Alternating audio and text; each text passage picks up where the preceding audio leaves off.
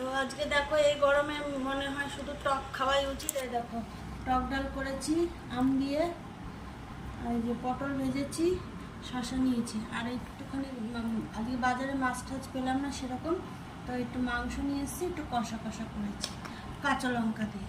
তো চলো বন্ধুরা খাওয়া শুরু করলাম। প্রচণ্ড গরম তো কি করব, এনার্জি নেই কোনো।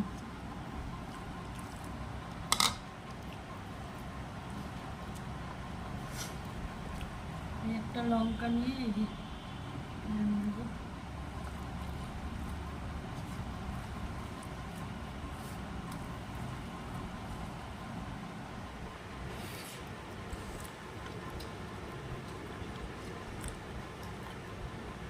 দারুণ।